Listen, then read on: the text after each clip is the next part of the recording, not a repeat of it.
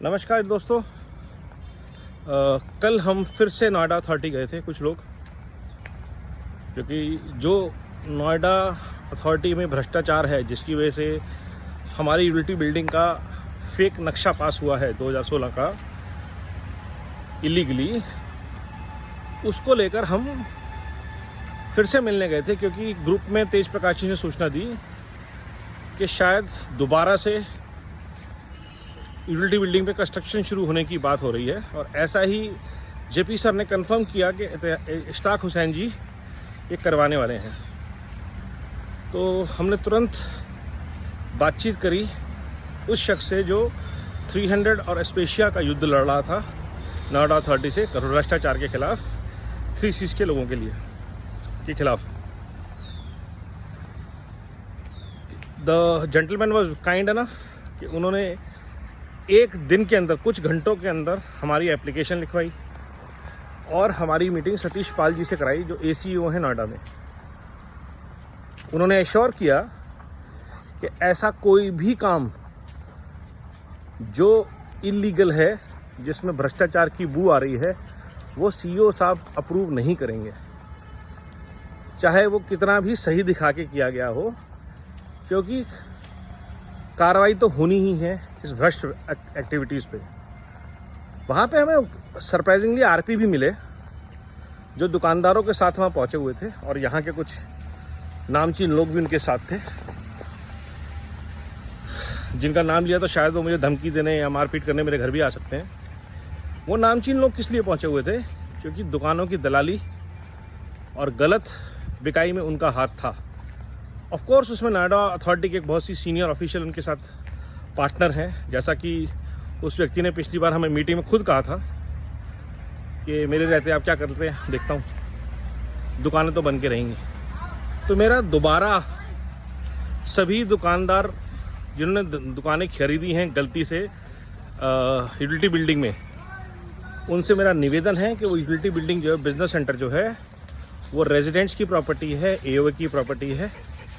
आप अपना refund file कीजिए RP में, क्योंकि नोएडा अथॉरिटी वहाँ पे आपको कुछ भी बनाने की इजाज़त नहीं देने वाली।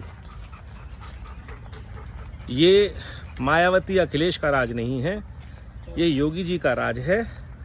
भ्रष्टाचार पे लगाम लगाई जाएगी, कड़क कार्रवाई की जाएगी।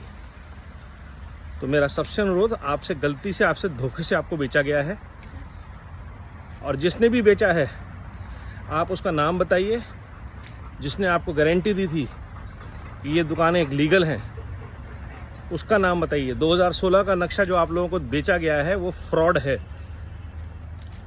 क्योंकि वो LB में किसी को दिखा के पास नहीं किया गया। वो अपार्टमेंट एक्ट के विरुद्ध है, वो ग्रुप हाउसिंग के रूल्स के विरुद्ध है, कानूनन गलत है।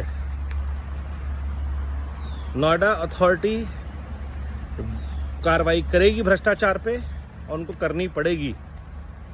तो आप लोग से अनुरोध कि अपने अपने रिफंड्स को फाइल कीजिए RP के साथ, बिल्डर के साथ, और उनको कटघरे में खींचिए जिन्होंने आपको धोखे से ये दुकानें बेची। दुकान कह के, शॉपिंग आर्केड कह के बेचा।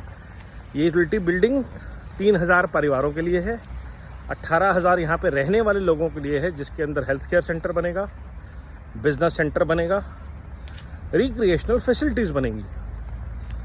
और ये कल संदेश हमें बड़ा क्लियरली नोएडा अथॉरिटी के कई अलग अलग लोगों से अनौपचारिक बातचीत में भी मिला, और इसके लिए मैं धन्यवाद करना चाहूँगा JP सिंह सर का, निझावन साहब का जो स्पेशिया में रहते हैं, प्रीति जी का जो मेरे साथ गई, फातिमा जी और बाकी सब लोग जो हमारे साथ गए, और विशेष रूप से धन्यवाद हमारी AOA का, जिन्होंने पिछले 1 महीने की कार्रवाई के दौरान अभी तक टाइम नहीं निकाल पाए लीगल कमेटी के साथ हमारी मीटिंग कराने का और लीगल कोर्स ऑफ एक्शन लेने का। तो जो भी लीगल टीम है और जो भी लीगल एक्सपर्ट हैं, मेरा उनसे अनुरोध है, संडे को अपना एक टाइम बताएं और हमारे साथ मिलें। LB में जितने भी लीगल एक्सपर्ट हैं, लोकेश भोला जी, तरुण जी वगैरह से मेरी मीटिंग हो चुकी है। और भी लोग अगर आगे आना चाहते हैं और इस केस को फाइल करना चाहते हैं, लीगल जो भी एंगल्स हैं वो हमें बताना चाहते हैं। संडे को मिलते हैं। AOA शायद बाकी कामों में, स्विमिंग पूल के इनॉग्रेशन में, जुम्बा डांस वगैरह में बिजी है। फुटबॉल कोर्ट का उद्घाटन बहुत ज़रूरी है। बट इम्पॉर्टेंट ये गैर मामूली मुद्दे जो हैं जैसे यूटिलिटी बिल्डिंग टाइप के, उसके लिए शायद वो लोकस स्टैंडी बनाने में बिजी हैं। तो जो हम सामान्य लोगों को समझ में आता है वो उनको गाइड कीजिए ताकि हम लोग आगे इस चीज़ को परस्यू कर सकें। धन्यवाद। जय हिंद।